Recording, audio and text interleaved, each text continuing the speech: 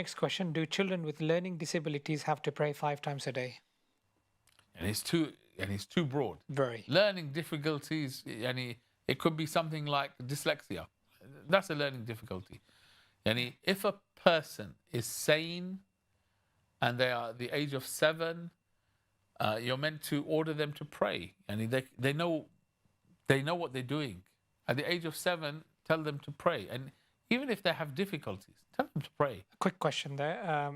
They're saying learning disabilities, and we know difficulty and disabilities are a bit different.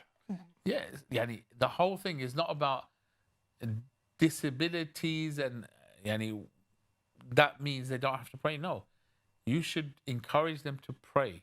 Okay. They will learn, right? So if they learn slower, no problem. Remember, it doesn't become serious until puberty, but we have an obligation to train them from the age of 7. That's the obligation upon us. Now, so go with that and understand that before puberty, it doesn't count against them. Okay, so we should take that philosophy. We should encourage and train them, because in that training, they will learn. If we leave it and say, oh, no, the person's got a disability and we're not going to try with them, then what's going to happen? That's going to be delayed for them. So here, another thing I'd like to also discuss. We know even individuals who are terminal, who has got illnesses that we know doctors may have given them a time frame, a period. And even in such circumstances, we know the person, as long as he has got his senses, he's sane, he or she still has to pray.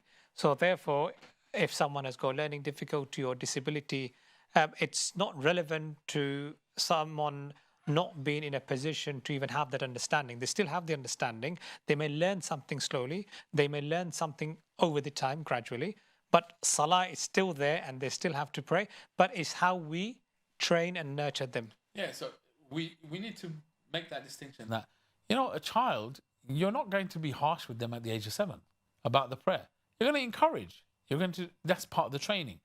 You're not going to turn them away from prayer by being too harsh and overzealous. No, it's not like that. Encouragement, enticement, rewards, etc. This is how you deal with kids in general. Okay, so that's the approach. Never be too heavy-handed on them. And remember that it doesn't count against them until they reach and got to puberty. So it's about the training and the encouragement and being serious about it, because this has to be part and parcel of their lives.